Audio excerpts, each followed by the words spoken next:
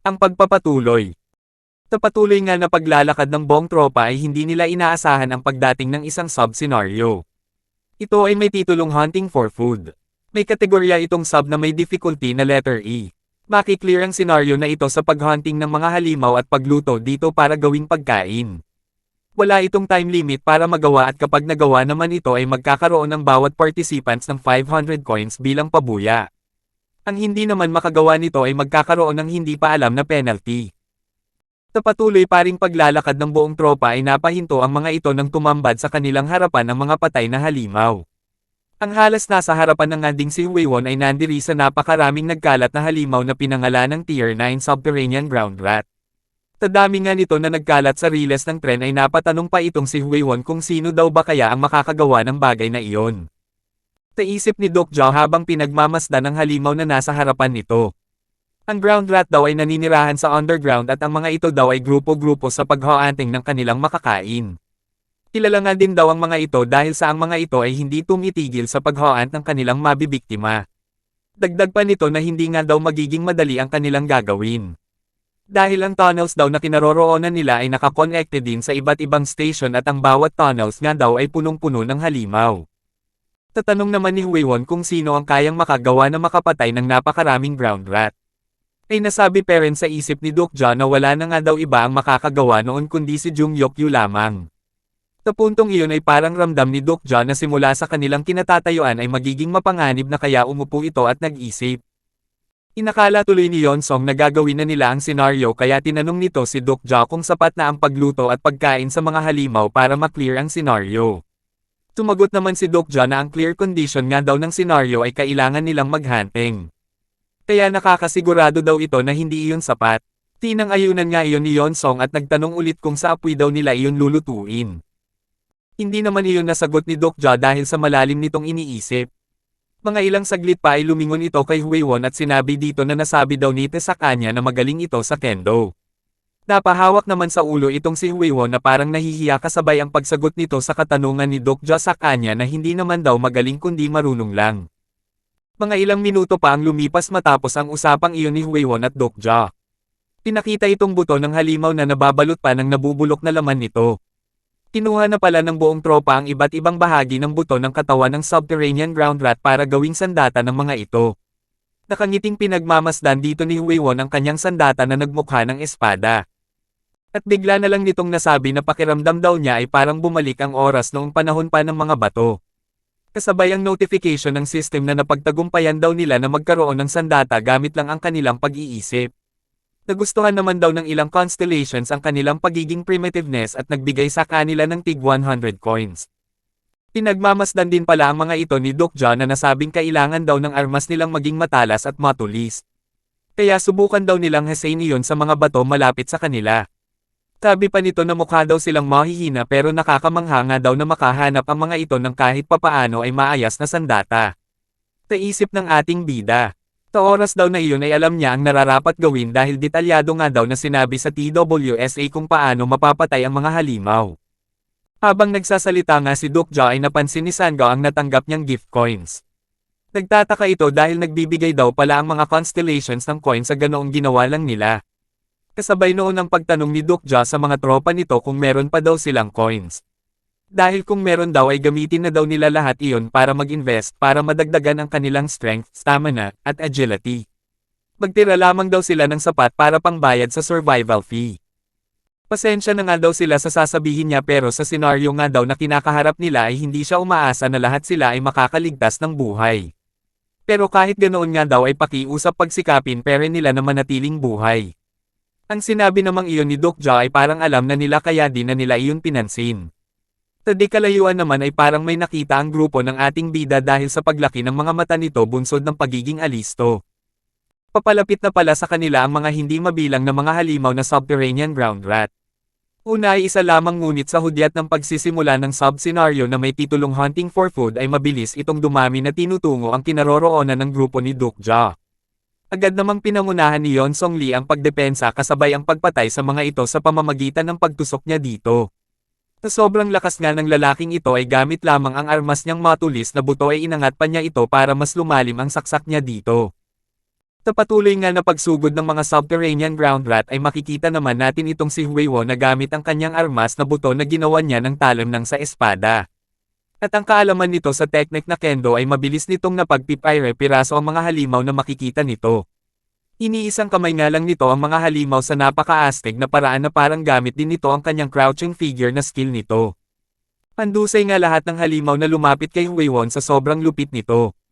Nang makita pa nga ito ng natirang subterranean ground rat ay dali-dali itong tumakbo papalayo dito. Napansin naman agad iyon ni Huiwon kaya sumigaw ito na natakasan daw siya ng isa. Agad namang narinig iyon ng tropa nito na may sandatang bungo na may sungay at may hawakan na spinal cord. Agad itong tumalan sabay angat ng kanyang nasabing armas at pagkalakas-lakas na ihinampas ang matulis na bahagi sa ulo din ng papatakas na halimaw. Ang bumanat pala sa papatakas habang umiiyak na halimaw ay ang napakabangis na batang si Hilyong Lee. Tio Sanga naman ay kahit nahihirapan ay napagtagumpihan naman nitong mapatay ang halimaw na nakaharap nito. Pinagsasaksak niya ito hanggang mamatay sabay stare down sa wala ng buhay na halimaw. Sa lugar naman ni Dokja ay walang kahirap-hirap nitong nahahati sa dalawa ang mga halimaw na sumugod dito kahit walang talim ang gamit nitong armas. Natutuwa pa nga ito sa kanyang mga kasama at nasabi sa isip na ayos din daw naman pala itong mga kasama niya. Nang parang nakita nila na wala ng halimaw ay nagtipon ang mga ito. Si Huiwon naman ay nagmamadaling lumapit sa kanyang mga kasamahan at kinukumusta kung okay lang ba daw ang mga ito. Nang makalapit kay Dokja ay huminto na ito sa pagtakbo at nakita ang mga pira-pirasong katawan ng mga halimaw na napatay nito. Sa nakita ay napasabi na lang ito ng my gosh. At natanong dito kung ilan daw na subterranean ground rat ang napatay nito. Tinagot naman agad iyon ni Dokja ng 4 daw. Bahagya naman itong nainis na parang nakikipagkompetensya dahil 2 lamang daw ang kanyang napatay. Natuwa naman sa narinig si Yonsong at pinagmalaki sa mga kasama nito na nakapatay daw siya ng 3 halimaw. Para namang nanliit itong si Dokja nang marinig nito na isa lang ang lamang niya kay Yonsong. Sa isip niya, hindi daw niya ginamit ang buong lakas niya pero isa nga lang daw ang naging lamang niya kay Yonsong. Nagtataka siya dahil bukod sa lakas niya ay bago sumugod ang mga halimaw ay nag-invest di umano siya ng fortune sa kanyang stats. Sa pagtataka pa nga ni Dokja ay tiningnan na nito ang character profile ni Yonsong. Wala namang masyadong nabago sa profile nito na kahit ang stigma nitong Great Mountain Push ay nasa unang antas peran. Bukod doon ay tumaas din ang overall stats nito na umabot na ang stamina sa ika-12 antas. Strength at Agility level 9 at ang mana na nasa ika-6 na antas na. Sa general evolution naman nito ay sinasabing ang attribute daw nito ay malapit ng mag-evolve. At ito nga daw ay lubos na nagtitiwala sa kanya at ang supporting constellation nga daw nito ay nag-iingat naman sa kanya. Nasabi pa nga din dito na gumamit daw ang lalaking ito ng tinatawag na starter pack. Nang mabasa ni Dokja ang starter pack ay nasabi na naman nito sa kanyang isip na ito nga daw ang premium package na pwedeng magamit ng incarnation. Kapag ang average nga daw ng overall stats nito ay mababa sa level 10. Nagpapataas daw iyon ng level ng bawat stat ng isa. At nagbibigay sa incarnation ng skill na weapons proficiency na masasabing napakakapaki-pakinabang sa mga nagsisimula pa lamang. Kaya daw pala malakas itong si Yonsong at sa resulta nga na kanilang pinagtatalunan ay hindi nga daw siya masaya. Nasabi pa nito na kaya daw pala nagustuhan ito ng supporting constellation nito na si Master of Steel.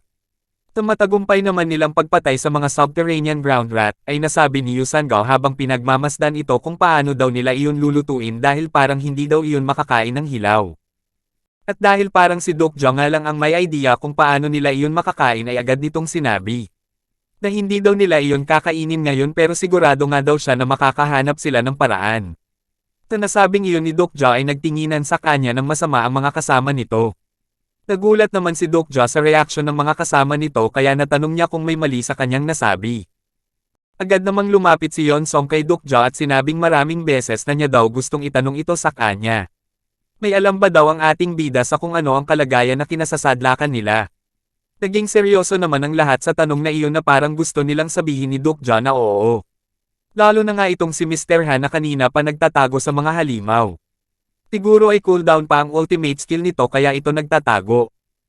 Hindi naman agad nakasagot doon si Dokja dahil sa pag-iisip nito na ang nararamdaman daw niya sa mga tanong ng kanyang mga kasama. Ay katulad sa nabasa niya na nararamdaman ng mga regressor sa novel. Ang iba pa nga daw doon ay sinabi na lamang na kutob nila iyon. Okay naman daw ay magsinungaling kagaya ng kung paano daw siya nagsinungaling kay Jungyok. At mula daw sa reader's viewpoint ay ang pinakita magandang paraan para makalusot sa sitwasyon niya ay di na nga natuloy ang sinasabi ni Dokja dahil sa pagpapaabot ng mensahe ng Constellation na si Secretive Plotter at iba pa na inaabangan daw nila ang sagot ng ni Dokja. Habang inaantay ng buong tropa ang sagot ni Dokja ay narinig ng mga ito ang napakalakas na paliret ni Mr. Han dahil sa kung anong nasa tabi nito. Nanlumo naman sina Sangga Yonsong at Huiwon sa nakita. Habang nagkakagulo nga ang lahat ay seryosong sinabi ni Dokja sa kanyang isip na para daw makaiwas sa mga tanong na ganun ng kanyang mga kasama. Ay kailangan daw niyang ilagay ang sarili sa sitwasyon na hindi niya kailangang sagutin ang kahit na anong tanong. Nagpasalamat pa nga ito kay Mr. Han sa pagkuha nito ng atensyon habang banibitbit ng subterranean ground rat. Grabing takot nga dito ni Mr. Han habang humihingi ng tulong sa ating mga bida. Nasabing iyon naman ni Dokja ay napatango na lang sa pagsang-ayon ng Constellation na si Secretive Plotter. At dahil sobrang maaway nga itong si Sangga ay sa hudyat ng paghingi ng tulong ni Mr. Han ay dali-dali nitong hinabol si Mr. Han habang banibitbit ng halimaw na daga. Dali-dali naman inabot ni Sangga ang armas nito na sinabing humawak daw doon si Mr. Han. Naging matagumpay naman ang paghawak ni Mr. Han sa armas ni Sangga ngunit imbis na siya ang humila sa hawak niya ay magkasama na nga silang nabitbit ng napakalaking halimaw na ground rat. Sa sobrang bilis nga ng halimaw ay hindi agad nakasunod ang iba pang kasama nila. Sa pangyayari namang iyon ay nagpaabot ng mensahe ang Constellation na si Prisoner of the Golden Headband. Na hindi daw siya naging masaya sa nangyari. Sa napakabilis nga na pangyayari ay nakita na lamang nila ang paa ni Sangga na naglaho sa kadiliman. Di naman basta-basta sumunod ang iba dahil baka trap iyon na maging sanhi ng kanilang kamatayan. Tulad nitong si Yeon Song Lee na namuti na lang ang mata nang makita ang napakabilis na paglaho ng kanilang kaibigan sa dilim. Si Huiwon naman ay napahawak na lang sa ulo nito at napapamura habang sinasabing. Nang una pa lang daw ay may hinala na siya na puro kapahamakan lamang ang ibibigay sa kanila ni Mr. Han. Pagkatapos po noon ay doon ko muna pinuputol ang ating series. Paantay na lang po nitong ating sunod na episode na kahit ako ay hindi na din makapag-intay na mae-present sa inyo. Shoutout na din po sa mga lodi kung tunay lalo na po itong ating mahal na OFW from Saudi. Maraming salamat po sa suporta.